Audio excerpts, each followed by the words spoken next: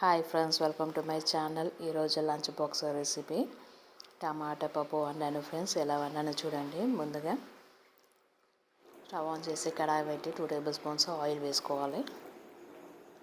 Oil heat అయ్యాక ఆవాలు జీలకర్ర వేసుకోవాలి.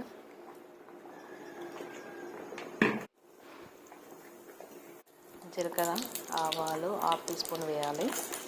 ఫ్రై అయ్యాక 2 ఎండుమిర్చి వేసుకోవాలి. ఎండుమిర్చి వేస్తే టమాటా పప్పులో చాలా టేస్టీగా ఉంటుంది. ఒక ఆనియన్ కట్ చేసి వేసాను చిన్నది. అలాగే 4-5 ఎల్లిపాయలు చిన్న కట్ చేసి వేసుకోవాలి.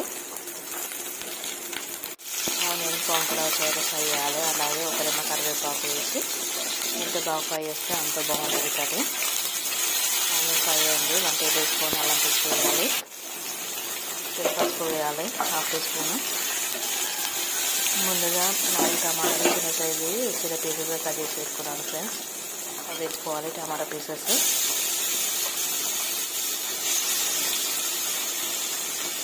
1/2 కప్పు పెసరపప్పు టైం వరకు నానబెట్టుకోవాలి. టమాటా పీసెస్ అన్నీ వేసుకోవాలి. వేసి ఒకసారి కలపాలి.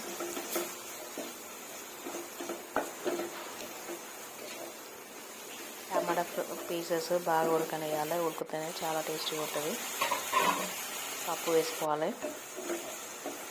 1/2 కప్పు తీసుకున్నాను పప్పు, ఎక్కువ తీసుకోలేదు. ఒకసారి కలిపి తగినంత కారము, ఉప్పు, ధనియాల పొడి వేసుకోవాలి.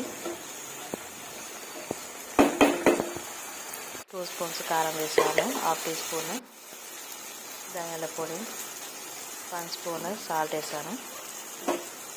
ఒకసారి కలిపి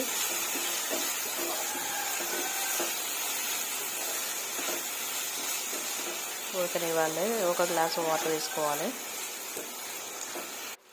టమాటా పీసెస్ ఉడకాలి కదా.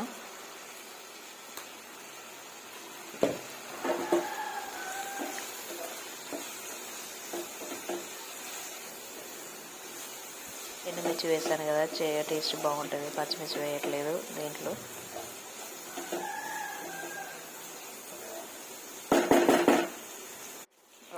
వన్ గ్లాస్ వాటర్ పోసుకోవాలి. పెద్ద గ్లాస్ వాటర్ పోసాను. కలిపి ప్లేట్ పెట్టి ఉడకనివ్వాలి 10 నిమిషాలు. చాలా త్వరగా ఉడుకుతుంది.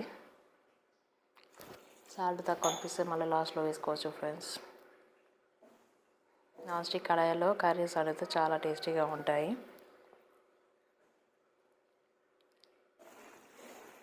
చూడండి ఫ్రెండ్స్, ఉడికింది. చూస్తూనే తెలుస్తుంది ఎంత బాగుందో కర్రీ.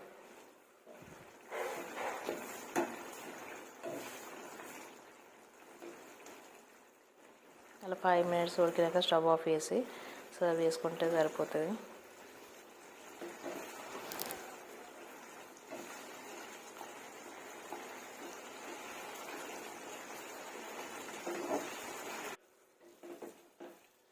అంతే ఫ్రెండ్స్, ఎంతో రుచికరమైన టమాటా పప్పు కర్రీ రెడీ అయింది. మీరు నచ్చితే మీరు ట్రై చేయండి. మా ఛానల్ నచ్చితే లైక్ చేయండి, షేర్ చేయండి, సబ్స్క్రైబ్ చేయండి.